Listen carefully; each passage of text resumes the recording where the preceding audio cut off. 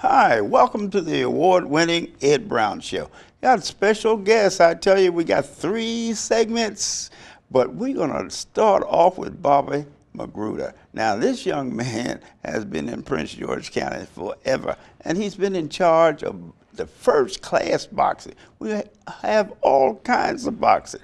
Bobby, welcome to the Ed Brown Show. Thank you, Ed. Welcome to be here. Once again, you bring a first-class show. Tell us about it and your guests that you brought along with you. Okay, well, I'm excited. Right on my right here is our Vice President of the Washington, D.C. Golden Gloves and President of the Washington, D.C. Boxing Hall of Fame. This is Ken Sprouse.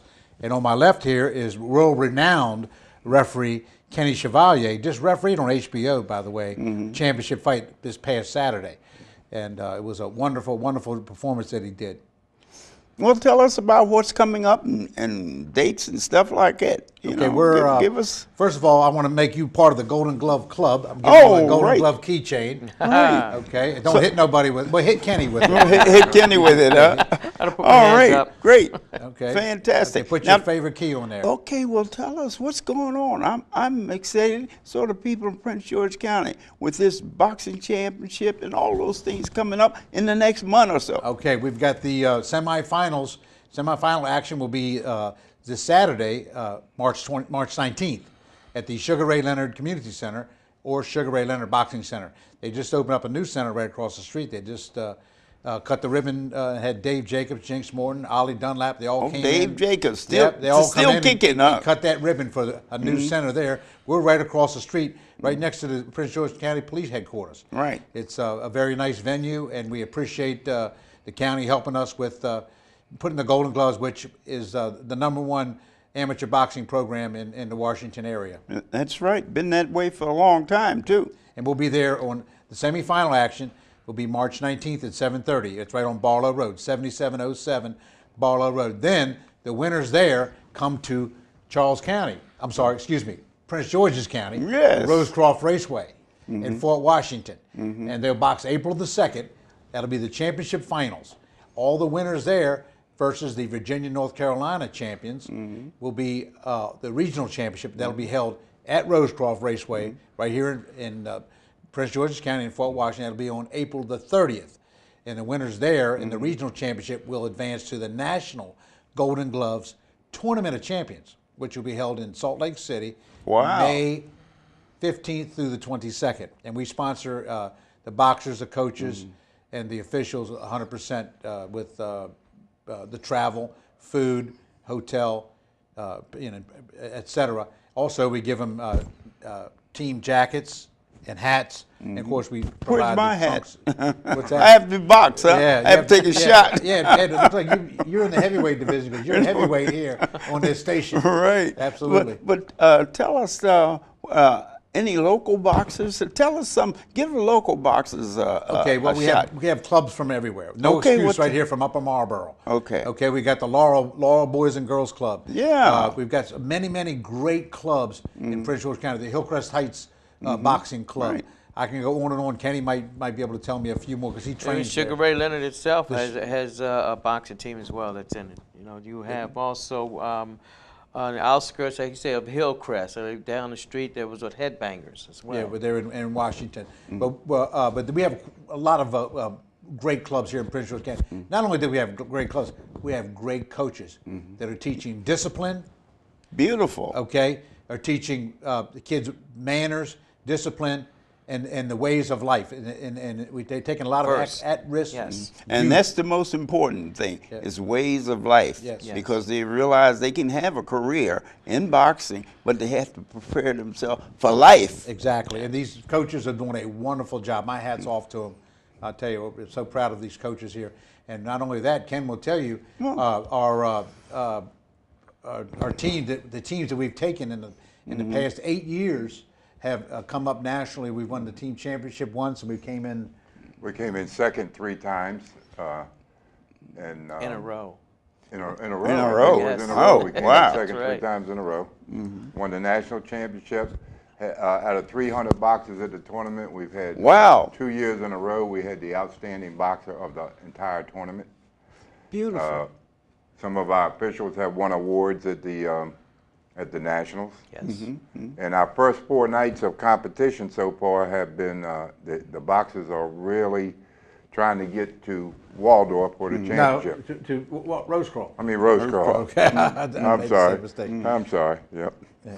It used to be in Waldorf. Used to be in Waldorf. We're proud to be in Prince George's County. But we have one of the best regions in the country. It's 30 Well, regions. well, see, that's what we like to let people know in this metropolitan area, that you actually have been doing this and mentoring these young men, starting from Sugar Ray all the way up. And this is an important program. It's something, it gives the youngsters something to do. And your boxing program really has done the job for years. Several decades, I mean, yes. You didn't just start. And Bobby with Bill McCaffrey and all, with Bill. the old gang, Bill McCaffrey did a lot for the boxing in this area. But the main thing that I like about it is that it takes the youngsters off the street and gives, and just like Kenny was saying, and gives them another life. You know, once they get orientated into your program, then they straighten up, right, Kenny? That is the foundation of every job, every aspect of life, of your family, the foundation of respect and digging in, just giving you all in all, the best in life, and being respectful along the way. And that's what they learn in the boxing gym. And that carries that on through life. One other thing I do want to mention, Kenny has came through the Golden Gloves as a referee. Now he's refereed 34 World Championship professional fights. He just had one here on HBO of the World Championship. Yeah. He just was on HBO. You've seen him on Showtime, ESPN. He went to Japan back in December and refereed a World Championship fight. Kenny's been around the block. He's done a great job, and he still comes to the Golden Gloves and you know, he still works out at these gyms. Well, that's what I say. He hadn't forgotten you, although he's risen above. You know, back. But this is what I got it from, is the tournaments that Mr. Magruder and Mr. Tuttle has put on for many decades, and there's others like me too coming through the program. You know, our skills are honed in when we deal with the amateurs. Okay, I want to thank you for being here, and I tell you, this is a program you should really, really support. They have been doing this for years. I mean, years. Bobby and I and Bill McCaffrey, we go back, we're 15, 20 years. 20 years. Yes. But actually, I want to commend you for the program and dedication that you, Bobby, have done and brought to this area. I appreciate that. Okay, Yes. and I'll tell you what, make sure you go down to Waldorf and see No, it's at Rosecroft. Rosecroft. We all say Waldorf because it used to be there. It used to be Waldorf. Yeah. Okay, and this has been Ed Brown. And don't forget, boxing is in. That's right.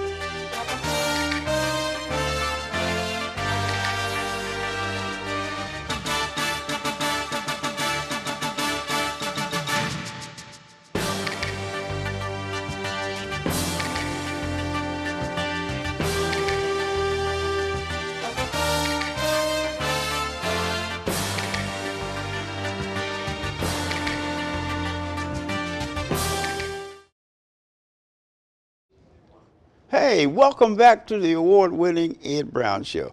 Once again, we have an outstanding young lady here, Jennifer Foxworthy. I mean, she has a subject that all of us need to, you know, maybe you would think that I'm not involved, but this is memoirs of a woman who survived domestic violence. Now, everyone knows that's a no-no.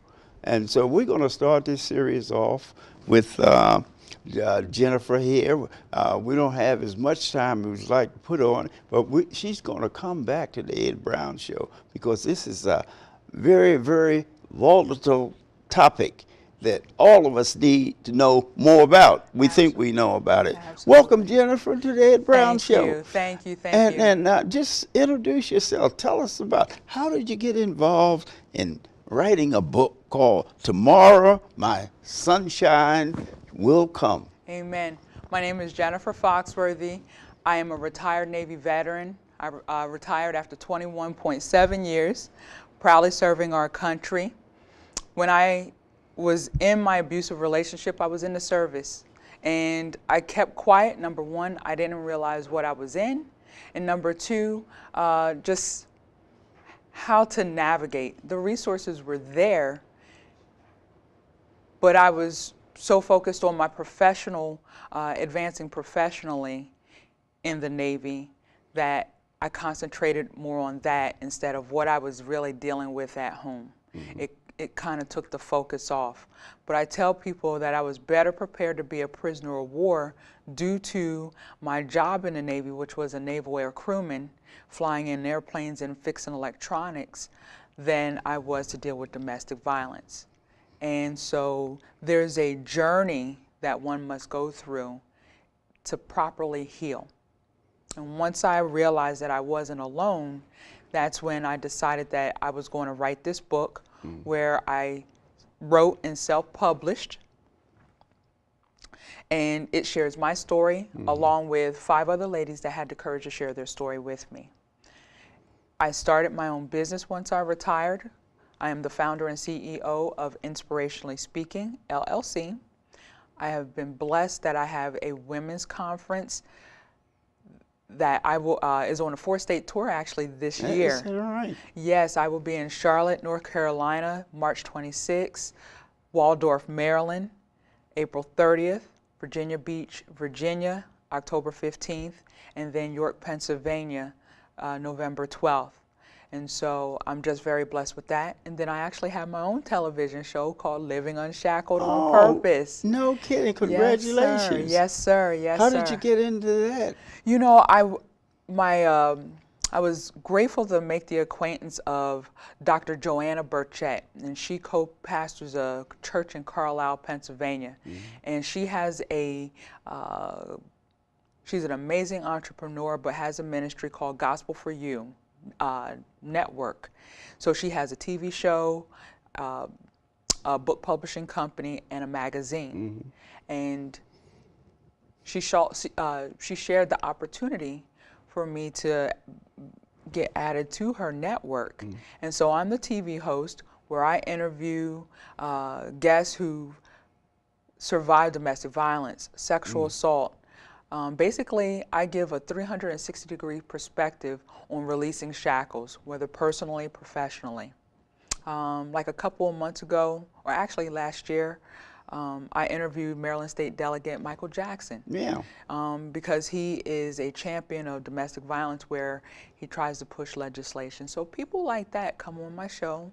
So I have various platforms, sir, and I'm grateful to be on this one as well. Well, what we're going to do, we'll start with series. You'll be back in this area the last of April. So yes, we see if we can come back and give us some more information. Yes, sir. It's just fantastic that you're able to develop yourself and then pass it on. You Absolutely. know, people don't understand you're helping others. You know, when you Yes, sir. write a book like Tomorrow, how did you get there? Tomorrow, my sunshine will come. I wanted to put a positive spin on dealing with domestic violence. It's such a morbid, depressing topic, and I wanted to give people hope that they can go from victim to victorious, that they don't have to stay in their situation. And not only can they survive, but thrive. I want them to live on purpose. Right. That's really fantastic. Now, the memoirs, when you say you have memoirs in the book concerning other couples. Other women, yes, sir. Other women that I knew throughout my life or in the service. They were sharing their story with me for the very first time. So I let it be known that I was writing this book. And I started getting messages, me too. And from people, I was like, wow, you dealt with domestic violence. But I guess, Mr. Ed, I wasn't surprised because with the national statistics, 1 in 4 women will be in an abusive relationship in their lifetime, and then 1 in 7 men will be in an abusive relationship in their lifetime. And really, you don't think of men when you say abusive relationship. Absolutely. You always think of the woman, you know. Yes, sir. Being Yes, that. sir. But that can happen too. Absolutely, And absolutely. very few people speak about it. You're right. We suffer in silence, and I tell people, you know, real quickly that as women, as moms, we teach our young boys, don't put your hands on a girl, you be polite, respectful, open the doors. We teach them how to be a gentleman. But unfortunately, you have girls, women who manipulate that characteristic that we instill in our young boys, that they'll hit them upside the head, they'll treat them wrong, they go through the same abuse, verbally, mentally, emotionally, physically, economically, sexually. They're not, men are not, they go through it. So unfortunately, you do have women who will manipulate that gentleman characteristic. And usually you don't hear an angle about the men. You know, generally when you say sexual abuse, you always think it's the other way. think in terms, and the fact that you have, you know, decided to bring this side of the story out. Absolutely. You know, a woman bringing it out. And you naturally you would expect a man to say, "Hey, well, I've been abused too," you know. Right. But here you have done your homework. You've experienced it, and what we like to do really is have you back here. It'll be my You be pleasure. back. You're so busy. You be back in town at the last of April, so possibly we can set Yes, that sir. up where you can come back, and we'll have more time to give you, because this is a subject matter that's very important, and everybody experienced it some kind of way, whether it was, you know, when they were a child with their parents, or when they actually developed their own family. You are absolutely right, whether they witnessed it or living it now. But no one is untouched. They know someone who's dealing with it. So you're absolutely exactly. right, So sir. the subject matter is something that we need Yes. to talk about, you know, rather than sweep it under the Amen. rug. See? Amen. Right? Amen. And I give God all the praise, the fact that I not only survived, but I thrived. I found purpose from the pain. And that's the main thing that I want to drive home, that there is a unique difference between a survivor and a thriver. A survivor can physically get out of the situation, but still be held captive emotionally and mentally. A thriver will find purpose from the pain and just move forward and through the healing journey. Well, I want to thank you for being here. It's my pleasure. Boy, I'm sorry. You know, it was delayed, you know, but this is worth. This is like finding gold, you know. Amen. Because I think the subject matter is something that we need to discuss on. I like your approach on both sides, you know, male and female. Yes, sir. Most people think in terms of the female, which most of it is female, but you've taken the time, done your research and things like that. And I want to thank you for being here. And hey, we're going to have her back here. That's yes, right. in April sometime, either the last part of April, because you're busy. You I'll name make places. time for you, sir. Yeah. I will make time for you. You're bringing me back, I'll make time for you. Okay, Yes, sir. then we'll give you a date to come back, and hopefully then we'll give you more time. You bet. And then if you have individuals that want to come on with you to verify some of the things that you're doing, That would be beautiful. That would be great. High five. Okay. Hey, this has been Ed Brown. Hey, we got, guess who's coming? You know Larry Colbert. You know, that's Bowie State #1 coach, and I mean, he has some champions here too. Okay, see you in a second. All right.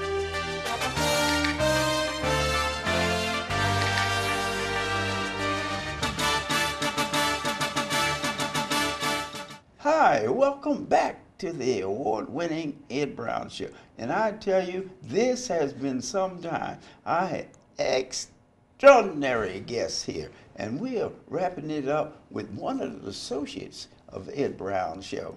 And you know who that is? Oh, Larry Colbert. Larry is from Bowie. He's been in Bowie all his life, and what he's going to do, he's going to be helping me out. He just said, hey, Ed, your calendar is full. That's why I got him as associate director, producer, because what's going to happen, Larry's going to be bringing guests in too, just like he's brought the guests in today. Larry, tell us a little bit about the young people here, all the awards and things that they have won and where they're going and everything. Well, Mr. Brown, I have two outstanding young athletes here that I had the opportunity to coach and work with them. And now, like you said, we always got to have some type of mentor for young people. So now these young people that I had the opportunity to work with, now they're out mentoring others. And this, go ahead, I'm sorry. Okay, tell us the names. Names, this is Kaprice Williams. I had the opportunity to coach her at Eleanor Roosevelt for 4 years. Not only Eleanor Roosevelt, I had also participated on my Glenarden track team. Wow. And she has gone on and done some successful things. Now, what all she have done, I'm going to let her tell you. There's so much I can make it easy on me. You know? Well, you see how I dropped it on you? Yeah, I'm going to try it back on her. And Dion Rodriguez, I call him Big D. I'm so proud of this young man, just like I'm proud of this young lady here. Because I like what they're doing now for other youngsters. He's back out coaching. They both are back coaching at Howard University. But to give you a little bit on Dion, when I first met him at Bowie State University, I said, this guy, I look at him, he should be on the football field, you know. And I never seen a man's legs are so huge. But he's the fastest thing I ever work with, you know. And I'll let Miss Dion tell you about his success. Go ahead. Oh, you gonna start with me first? Yeah, tell us about it. Well, when I first met Coach Colbert, I knew of Kaprice's teammate, and she told me that he's a really good person. So I went and introduced myself. Very good. Yeah, I went and introduced myself to him, and I told him, like, I look forward to working with you. Like, I know you coached Renee, I know you coached Tiandra. And I said, I heard only good things about you. And he was like, nice to meet you, young man. I'll see you on practice.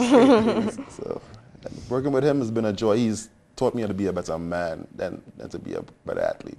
And like, he comes over to my house, he be like, Big D, you want me to come and help you with them edges?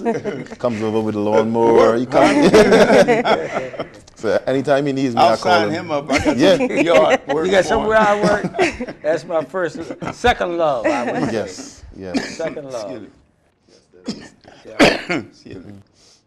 Young lady, tell us about, you know, mentoring is so very important. And youngsters, and I'm talking about seniors like myself and Larry here. Well, this is what we're all about. We're all about mentoring, preparing the young people for the future, because we won't be here forever. And what you're doing in mentoring young is so very, very important. There's not enough money out here to pay you for what you're doing and how you affect the young kids, because you are a martyr to them. Go ahead. I ran track for Coach Colbert in high school, and it was just a great example set in terms of how to be a leader, how to just have the right character, how to pass it on. I learned a lot through being at Eleanor Roosevelt with him, as well as running for Glenarden track and field program, which he also is a huge part of. I think when you have great role models like that, you know, a lot of times you look at your teachers or you look at your coaches or you look at, you know, mentors, that all comes into, to me, what coaching is. And I embodied that from Coach Colbert and just tried to basically give what he gave to me. And I think it was a great foundation in terms of preparing us for college and life thereafter. We take everything that we've learned and we just continue to grow each and every day and then pass it on as well. I know some of the problems we all have, you know, even the seniors have it, is peer pressure. Now, how do you deal with the peer pressure of the young people? I know, you know, I know they, when I was growing up, they called me Square. You know, here come the Square brothers. You know? but I was determined I wasn't going to do the things they were doing, you know. So they called me Square. Well, you if know? this is what Square looks like, then I love it. Yeah, but I use it as an example because this is peer pressure. This is what youngsters go through, you know, and they want to be accepted. You know what I mean? And the thing in exception sometimes is physical. You know, like the Nike shoes and different things that pull their what the things that they feel that they can impress their peers. How do you deal with that? I think I just always try to teach that it's not obviously what's on the outside, but it's what's on the inside. We can give you plenty of Nike gear, Under Armour gear. That doesn't make the person. So a lot of times, I think when they come to us and they have one-on-one conversations, our job is to really, as best as we can, explain to them what it really means to have true character, or what it really means to just uphold some type of integrity. And it's obviously not going to be any amount of money or items or anything like that that's going to make you be the person. It's your work ethic. It's how you treat people. It's how you carry yourself, how you pass on what you've learned. So we just try to, hone in on those key things. Well, tell me, what about the male? He wants to be, in charge, and so his image is very important. The male more difficult, don't you think? Yes, it is more difficult because, well, I believe in this day and age, like a lot of the men need to be teach some structure, and I see it as myself as I have to take it out as a man. Like I look at myself as their father figure. Some of them may have a father figure, but I look at them as a father figure because I was taught growing up, a coach will be with you for the rest of your life. A good coach or a bad coach, you always remember your coach. So I try to remember, like, I am making an impact on them, whether I like it or not, and I have to go out there and show and lead by an example. I can't be telling them, you have to show up for this, and you have to do this, and you have to do this correctly, and do this, and then I'm doing the opposite of it. Coach Colbert showed me leadership. I was basically, my first coaching job, I always said, was at Bowie. Coach Colbert left me in charge of stuff when he wasn't there, and that's how I learned that you have to be accountable for your actions, and you have to be a stand-up individual. Like the way I look at it, when a coach gives you responsibility, he thinks highly of you. So when I handle responsibilities at practice, that means I'm thinking highly of you. So if I don't think highly of you, I'm not going to leave you and trust you with a responsibility to do something. Right. So that's how I look at it. So I am going to be a mentor, a father figure for the youth that's coming up. That's wonderful, because having that, and I know Coach Instill, I've known him for quite some time, you know what I mean? And I know what he has produced. And my grandchildren have been under his care. And one's going to college now, the other one's getting ready. One has his driver's license, so he's grown. He just got his as Edwin. Edwin, yeah, right. He has his driver's license. Good. And I told my son, I said, hey, I don't have to depend on you to pick me up. I got another driver. I just call.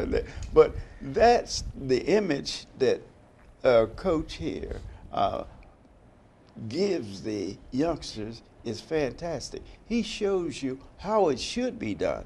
And with all, if you go by his house, you see all the medals and everything. But what we want to do, we're going to continue this too. Well, just like I told the coach, bring some of your work, some of the things that you've done. And so you two were selected. He said, these are outstanding young people. And this is what we're going to do. We're going to continue to mentor, and I'm proud of you in your mentoring program. All right, this has been Ed Brown. Hey, once again, at time word rolls around. But what we're going to do, we're going to have Coach back again. You're going to see him.